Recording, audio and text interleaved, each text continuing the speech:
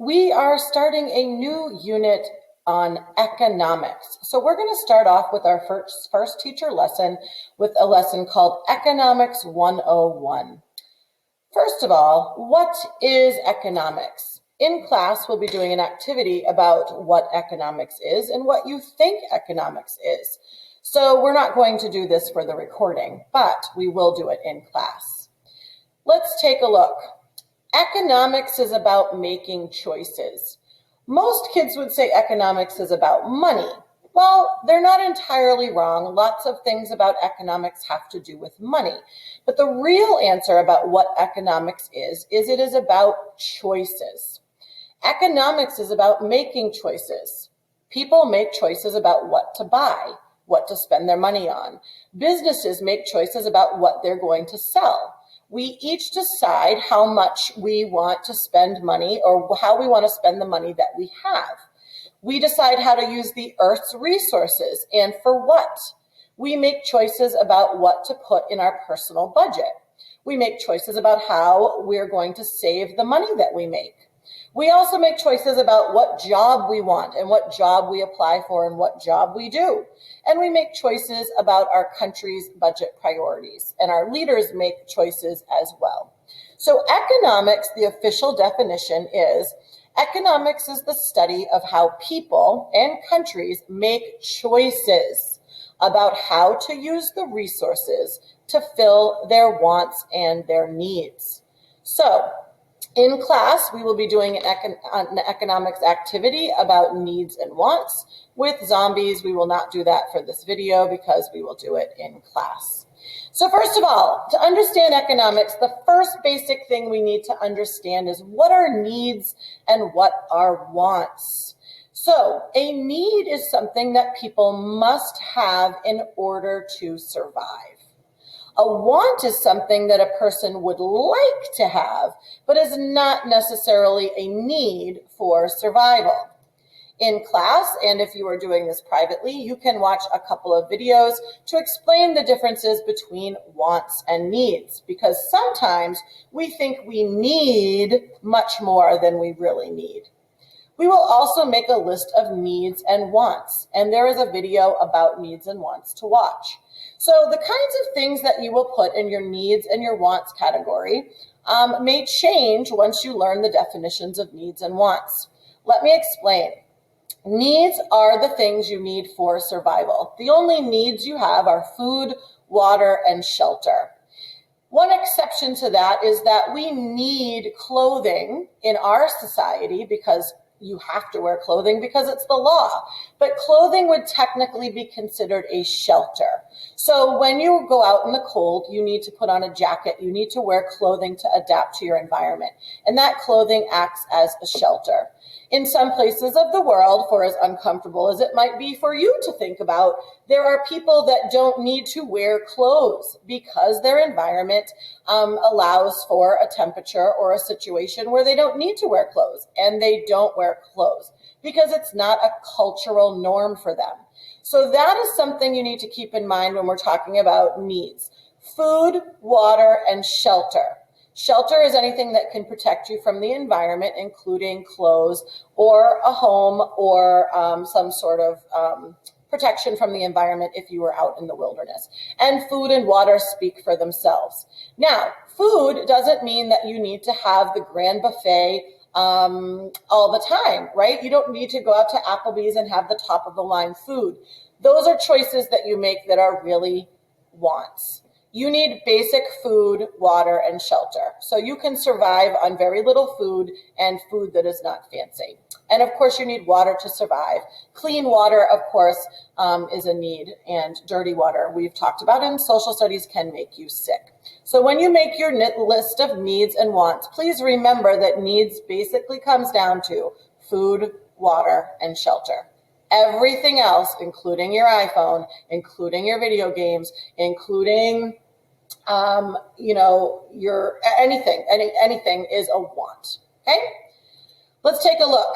So the basic problem in economics has a huge problem, and that problem means there's not enough to give everyone what they need or what they want.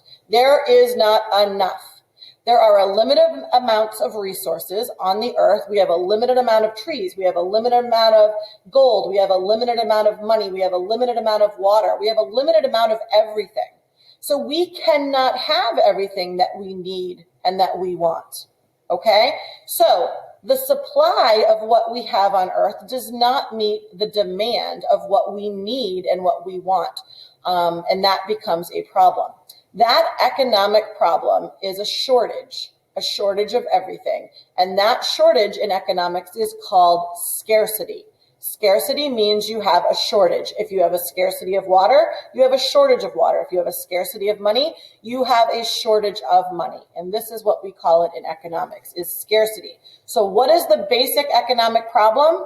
Scarcity. There is not enough of anything to meet everyone's needs and everyone's wants. So because there is scarcity and because we don't have enough to have everything we want and everything that we need to make choices. Choices have to be made. So there's a concept in economics called opportunity costs. An opportunity cost is the alternative not chosen when making a decision. Whenever there is a choice and you make that choice, something has to be given up. That's the opportunity cost. Scarcity is the condition of not being able to have all the goods and services you want. Therefore, you have to make choices. Like individuals, governments and societies also experience scarcity. There's not enough, so they have to make choices. And then our wants exceed what we can have for resources. So opportunity cost is the choice we give up when making a decision. It's the alternative we did not choose when making a decision. There is a horrible rap about opportunity cost. You're welcome. You can watch that on your own time. But basically, an opportunity cost is when you choose to refuse. That's opportunity cost. It's when you choose one thing, you did not choose something else. That is opportunity cost. Now, it's easier if we look at an example. So let's say it's Friday night and you have some free time and you need to make a decision about what to do because you cannot choose all of these things. Could you do them at different times? Yes, but if you have 3 hours, that same 3 hours can only be used for one of these choices. You cannot do all at the same time. So look below at these choices, and then you're going to rank them in order for what you'd most like to do to what you'd least like to do. 1 is the most, and 4 is the least. So if you have 3 hours on a Friday night, you have 4 choices. You could go to the movies with a friend. That's choice 1. You could go to your grandparents' house for dinner. You could have a friend stay over at your house, or you could binge watch shows on Netflix by yourself. So you're going to put these in order from what you would want to do the most to what you wanted to do the least. Now comes the choice. You have to choose one. Your first choice becomes what you choose to do with that 3 hours. So let's say that I choose to go to my grandparents' house for dinner. That's my number 1 choice. That's what I decide to do with my 3 hours on Friday night. Now I'm going to look for my second choice. So my second choice would have been go to movies with a friend. I can no longer do that. Why? Because I chose to go to my grandparents' house for dinner. Can I go with my friends to the movies a different day? Yes, I could. But during that same 3 hours, I cannot both be at the movies and be at my grandparents' house for dinner. So the number 1 choice I make was that I went to my grandparents' house for dinner. What is my opportunity cost? It's my second most desired thing, which is to go to the movies with a friend. That is what I gave up. I lost the opportunity to go to the movies with my friend on that Friday night during that 3 hours because I made the choice to go to my grandparents for dinner. So what is the opportunity cost of going to my grandparents' house for dinner? The opportunity cost is what I lost, what I did not get. and that was the next most valuable thing that I wanted. That would be to go to the movies with a friend. Let's take a look at another example. Oh, that's not another example. Somehow we lost our other example.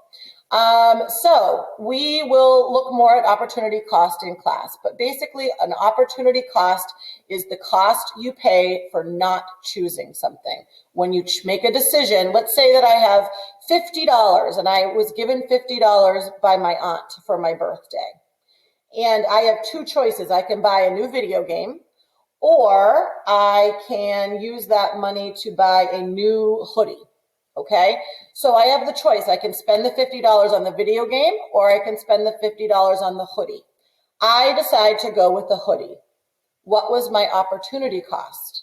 The opportunity cost is what I gave up because I bought the hoodie. I can no longer buy a video game with that $50. Could I save up for another video game with another $50? Sure, I could, but I cannot spend the $50 on the hoodie and spend the $50 on the video game at the same time. So my opportunity cost is what I did not choose. I did not choose the video game, therefore it cost me the opportunity to have that, and that was my opportunity cost. In class, we will watch something called the marshmallow test, and we will discuss it in class, and here's the video for the marshmallow test. It's about making choices, and sometimes we have to put off gratification for later. Can we do that? Quiz time. These are the things you need to know for the quiz. What is economics? You will need to be able to give me the definition of economics. You will need to know what kinds of choices are made in economics. You will need to know the difference between needs and wants. You will need to be able to list some needs and wants. You will need to explain what opportunity cost is. You will need to be able to give an example of opportunity cost. You will need to know the basic economic problem. There is a problem in economics. Let me give you a hint. There is not enough. The basic economic problem is scarcity. And you will need to know what a synonym for the word scarcity is. And the word scarcity means not enough or a shortage. Okay, make sure that if you don't know the answers for these questions, you go back and watch this video and find the answers. They are all there for you. Make sure you study the definitions for the quiz and be ready. Have a great day.